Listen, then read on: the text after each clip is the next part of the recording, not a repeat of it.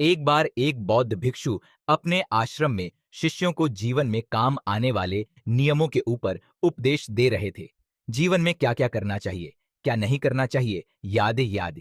तभी एक शिष्य ने गुरुजी से एक प्रश्न किया, गुरुदेव, हम अभी शिष्य थोड़े समय के बाद इस आश्रम से अपने अपने गांव और घर चले जाएंगे और अपने परिवार से साथ समय बिताएंगे। हम सामाजिक बंधन में बंध जाएंगे और आप जानते ही हैं, गुरुदेव के सामाजिक कार्यों में समाज के सभी लोगों के विचार एक नहीं होते।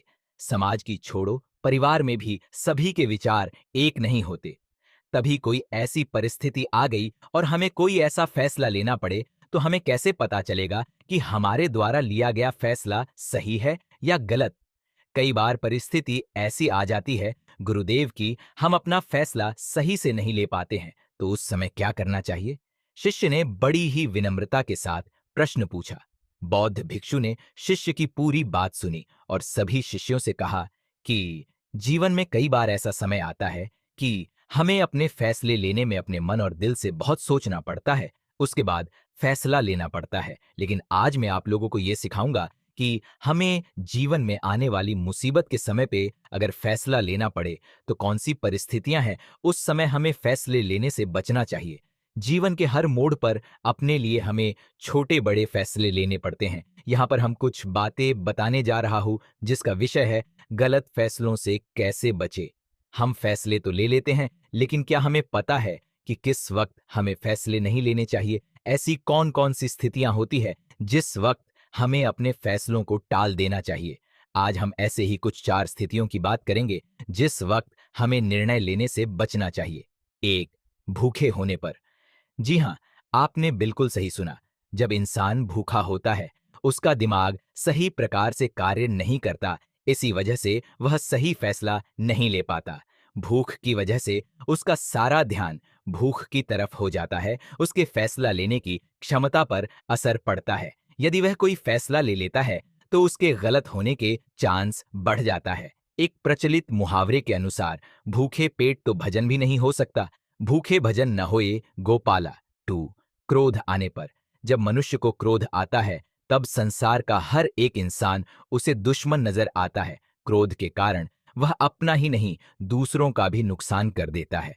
जब क्रोध आए, हमें कोशिश करनी चाहिए हम किसी से बात ना करें, ना ही कोई मैसेज आदि भेजें, क्योंकि क्रोध थोड़ी देर का होता है, लेकिन इसके परिणाम बहुत भयंकर हो सकते हैं। क्रोध में निकली हुई हर बात एक जहर की तरह होती है, जो सामने वाले को बहुत कष्ट पहुंचती है। ऐसी अवस्था में हमें कोई भी निर्णय नहीं लेना चाहिए। यदि हम ऐसे निर्णय लेते हैं, तो दुष्परिणाम हमें भुगतने पड़ेंगे। कबीरदास जी ने भी कहा है, दसों दिशा से क्रोध की उठी अप्रबल आग, शीतल संगत साध की तहां उभरिए भाग। ते अकेले होने पर। हमें जीवन के फैसलों में अपने परिवार और दोस्तों का साथ ले लेना चाहिए, क्योंकि कई बार हम समझ नहीं पाते कि इस विषय पर हमें क्या फैसला लेना चाहिए। अकेलापन आज के युग की एक बहुत बड़ी समस्या है। अकेले होने पर लोग अक्सर आत्महत्या तक का फैसला ले लेते हैं। इसीलिए अपनों का साथ बहुत ही आवश्यक है। अपनों का साथ मिलने से हम उस काम को और बेहतर तरीके से कर पाते हैं। कहा भी गया है, अकेला व्यक्ति चाहे कितना भी शक्तिशाली क्यों ना हो, उसे साथ की हमेशा जरूरत पड़ती है। 4, थके होने पर। ऑफिस का काम करने के बाद हम इतना थक जाते हैं कि हमारे पास इतनी ऊर्जा ही नहीं बचती कि हम कुछ और काम कर पाए। यह थकान सिर्फ शारीरिक नहीं होती, बल्कि मानसिक भी होती है। जिस प्रकार शरीर की थकान के बाद हम शरीर का कोई काम नहीं कर सकते, ऐसे ही मानसिक थकान के बाद कोई मानसिक निर्णय भी नहीं ले सकते। इसीलिए थके होने पर हमें कोई भी फैसला लेने से बचना चाहिए। थक गया हूं, दूर निकलना छोड़ दिया है, पर ऐसा नहीं है कि मैं चलना छोड़ दिया है। 4 बातें समझने के बाद बौद्ध भिक्षु ने अपने शिष्यों से कहा कि आज मैंने तुम सभी को जीवन में आने वाली मुसीबतों के वक्त कब फैसला लेना चाहिए, वो सिखाया है। मैंने आज जो बातें बताई हैं, वो तुम जीवन में याद रख के अपने जीवन में आने वाली मुसीबतों से समय में फैसला लेने के समय याद रखोगे, तो तुम सही फैसला ले पाओगे। फिर गुरुजी ने सभी शिष्यों को अपनी अपनी दिनचर्या करने को कहा और बौद्ध भिक्षु ध्यान में बैठ गए। दोस्तों, उम्मीद करते हैं आपको हमारी इंस्पिरेशनल वीडियो गलत फैसलों से कैसे बचे आपको पसंद आई होगी।